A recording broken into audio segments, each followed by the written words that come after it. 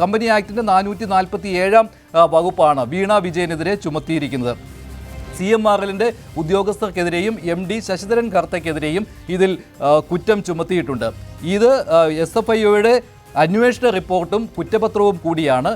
ഇത് ഇപ്പോഴും കോടതിയുടെ പരിഗണനയിൽ നിൽക്കുകയാണ്. സ്റ്റേ നീങ്ങിക്കഴിഞ്ഞാൽ വിചാരണയിലേക്ക് പോകുവാനും സാധിക്കും. SFIO കണ്ടെത്തിയതുപോലെ തന്നെ ഉള്ള കണ്ടെത്തലുകളിലേക്ക് EDയും വന്നുകൊണ്ടിരിക്കുകയാണ്. അതിനാൽ SFIOയുടെ റിപ്പോർട്ടിൽ കൃത്യമായിട്ട് ഓരോ വിവരങ്ങളും എന്തൊക്കെയാണ് എക്സാലോജിക് കമ്പനിയും CMRL കമ്പനിയും തമ്മിൽ നടത്തിയ ഇടപാട്, ഏത് രീതിയിലായിരുന്നു ആ കരാർ, വീണ വിജയന് ഈ CMRL കമ്പനിയിൽ നിന്ന് ഓരോ മാസവും കിട്ടിയ തുകയുടെ കണക്കുകൾ, അതുപോലെ തന്നെ എന്ത് സേവനമാണ് നൽകിയത് എന്നുള്ള കാര്യം ചോദിച്ചപ്പോൾ കൃത്യമായിട്ടുള്ള മറുപടി വീണ വിജയൻ്റെ ഭാഗത്തുനിന്ന് ഉണ്ടായില്ല. അതുമാത്രമല്ല CMRLനും കൃത്യമായിട്ട് ഇത് വിശദീകരിക്കാൻ കഴിഞ്ഞില്ല എന്തായിരുന്നു സേവനമെന്ന്. അതുമാത്രമല്ല CMRL കമ്പനിക്ക് വലിയ IT സേവനത്തിൻ്റെ ആവശ്യം ഉണ്ടായിരുന്നില്ല.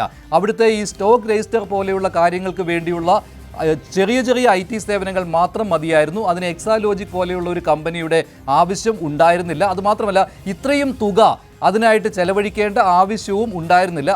അതിനുശേഷം ഒരു കമ്പനിയെ ചുമതല ഏൽപ്പിച്ചപ്പോൾ ആ കമ്പനിക്ക് അതിൻ്റെ എത്രയോ മടങ്ങ് പണം കുറച്ചാണ് നൽകിയത് എന്നുള്ള വിവരവും SFIO ഉദ്യോഗസ്ഥരുടെ ഈ അന്വേഷണത്തിൽ കണ്ടെത്തിയിട്ടുണ്ട്. ഇതാണ് SFIOയുടെ റിപ്പോർട്ട്. സേവനമില്ലാതെ പണം വാങ്ങി എന്നുള്ള ഗുരുതരമായ കണ്ടെത്തൽ SFIO റിപ്പോർട്ടിൽ എടുത്തു പറഞ്ഞിരിക്കുകയാണ്.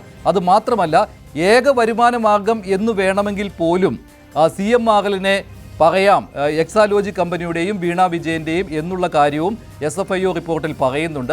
അത് ഓരോ സാമ്പത്തിക വർഷത്തെയും കാര്യങ്ങൾ എടുത്തു പറഞ്ഞുകൊണ്ടാണ്. 2017 എന്നുള്ളത് ഏറ്റവും പ്രധാനപ്പെട്ട ഒരു കാലഘട്ടമാണ്. കാരണം പിണറായി വിജയൻ മുഖ്യമന്ത്രിയായി അധികാരമേറ്റതിന് തൊട്ടു പിന്നാലെയുള്ള വർഷം മുതലാണ് CMRLുമായിട്ട് എക്സാലോജിക് കമ്പനി കരാറിലേർപ്പെട്ടതും.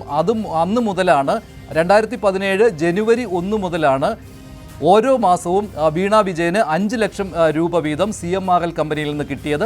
എക്സാലോജിക് കമ്പനിക്ക് 3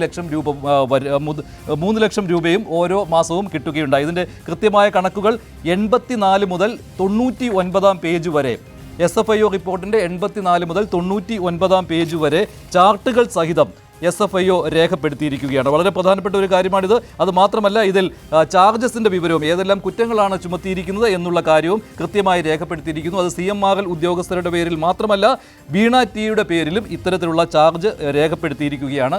ഈ വിവരവും SFIO റിപ്പോർട്ടിലുണ്ട്. ഞെട്ടിക്കുന്ന വിവരങ്ങളാണ് SFIO റിപ്പോർട്ടിലുള്ളത്. ഗുരുതരമായ ക്രമക്കേടുകൾ, സേവനം നൽകാതെ പണം വാങ്ങി എന്നുള്ള, അതും 2.78 കോടി രൂപയാണ് വാങ്ങിയിരിക്കുന്നത്.